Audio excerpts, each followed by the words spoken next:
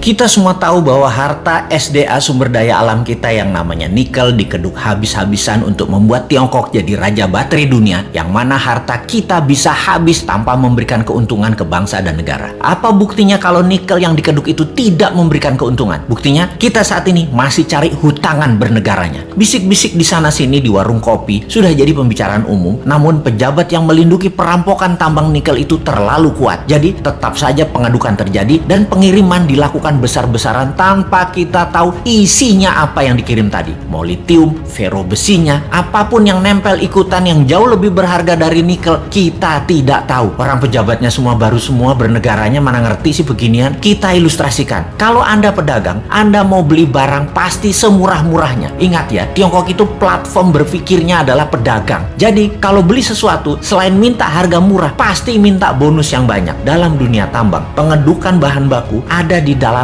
masih all in. Semuanya masih ada. Mulai dari barang berharga, katakanlah nikel, ada juga impuritiesnya atau barang yang tidak pure atau barang yang tidak murni atau barang yang tidak diperlukan seperti tanah dan lain sebagainya masih tercampur. Lalu dibersihkan, macam-macam cara pembersihannya. Ada di leaching, diproses, tujuannya untuk membuang barang yang tidak dibutuhkan. Katakanlah 75% terbuang, tinggallah 25%. Kalau dibawa 100% ke Tiongkok, yang 75% tadi adalah taiknya tambang yang nggak diperlukan. Taiknya mah tinggal di Indonesia aja. Makanya sekali lagi, taiknya dibuang di Indonesia aja. Kalau tadi dari 1 ton produksi tambang nikel ada 2% kandungannya. Setelah diproses tinggal 25%, nikelnya tetap 2%, tapi bukan dari 1 ton, dari 250 kilo. Nah, dalam 250 kilo ini ada fero juga, ada litium juga, ada macam-macam yang dibayar yang paling murah. Yang dibayar apanya? Nikelnya doang. Feronikel, nikel laterit, dan banyak lagi unsur logam dan mineral yang sudah disarikan tidak dibayar oleh Tiongkok. Kita asli bernegara nih bodoh memang. Dan penjajah perampok itu dikasih karpet merah lagi, dilindungi, dan tidak ada yang sadar. Kalau ada yang sadar, maka segerombolan buzzer pecinta cuan anti NKRI mulai memecah belah bangsa dan mencari sisi positif yang kecil dibesar-besarkan dari sisi bosnya, tapi mencari sisi buruk, pengkritisi tanpa solusi, dan diputer-puter beritanya agar rakyat tahu pengkritisi itu dosa. Apa yang terjadi kalau hal ini didiamkan dalam jangka pendek? Bukan dalam jangka panjang ya, pendek ya. Negara kita akan miskin, pejabatnya makin kaya, rakyat nambah lapar. Kita hanya mengingatkan arahnya nantinya. Sebagai contoh sejarah kebodohan penguasa atas kelolaan sumber daya alam, kita mau kasih ilustrasi. Ada 3 negara yang akan kita pakai jadi contoh kali ini, yaitu Nauru, Venezuela, Zimbabwe. Fosfat oil business, berliannya Zimbabwe. Nauru di tahun 1980-an, negara dengan 7.000 populasi adalah negara yang sangat kaya, bahkan negara terkaya di dunia. Nauru adalah salah satu negara di selatan Pasifik. Nauru menghasilkan fosfat, bahan baku untuk pupuk. Saking kayanya, semua warganya digratiskan untuk melakukan apapun, sampai keluar negeri dibayarin pemerintah, diongkosi. Dan ada joke di sana, dolar itu hanya toilet papers. Dan ini bukan kiasan, dipakai beneran untuk ngelap pantat beneran. Lalu hasil alamnya ternyata habis 20 tahun kemudian. Dan Nauru saat ini menjadi sangat miskin ya.